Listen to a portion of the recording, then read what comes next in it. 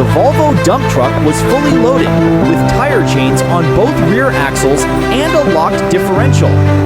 With all that traction and power, it's built to handle tough conditions and makes for a serious pulling machine. Whether it's rough terrain or heavy loads, this beast is ready to get the job done.